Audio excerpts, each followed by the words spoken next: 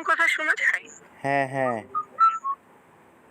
দাঁড়ান, আমি আবার স্ক্রিন শেয়ার করে দিতেছি আমার হোয়াটসঅ্যাপে।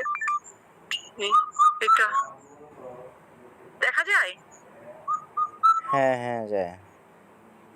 ও আপনি ওনার ফোনটা নিয়ে ওই যে দাঁড়ান আমি দেখাই।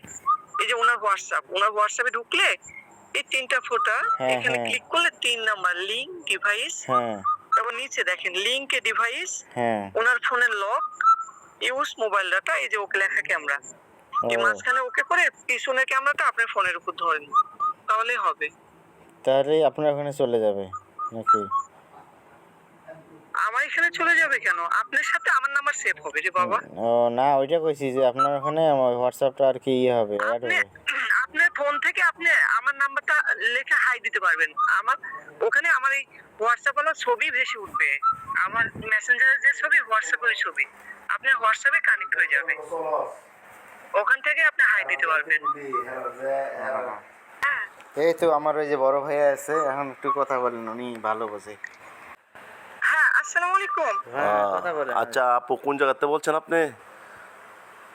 আমি তো জর্ডানে থাকি। ও আচ্ছা, তো কি লিঙ্ক দিছেন এটা বুঝলাম না, মানে আমি নতুন মানুষ, আমার একটু বোঝায় এখন। এটা আমার হোয়াটসঅ্যাপে ভাইয়া, লিংক না, এটা হলো আমার হোয়াটসঅ্যাপের স্ক্যানার। আচ্ছা আচ্ছা, এটা কি করতাম? এটা একটু স্ক্যান করেন।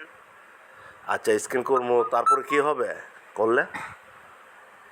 স্ক্যান করলে আপনার ওই ওনার সাথে আমার নাম্বারটা সেভ হবে। আচ্ছা হইলে বুঝলে? তো এখন তো নাম্বার সেভই আছেন, কথা বলতেছেন না হোয়াটসঅ্যাপে আমার? আপনার হোয়াটসঅ্যাপে তো আমি কথা বলতেছি না, কই কথা কইতেছেন? মেসেঞ্জারে। মেসেঞ্জারে মেসেঞ্জারে। কথা বলতেছি। ও আচ্ছা আচ্ছা, আমার কামান বন্ধু তো। তা আপনি দেশে বাড়ি কোন জায়গা আপু? রাজশাহীতে।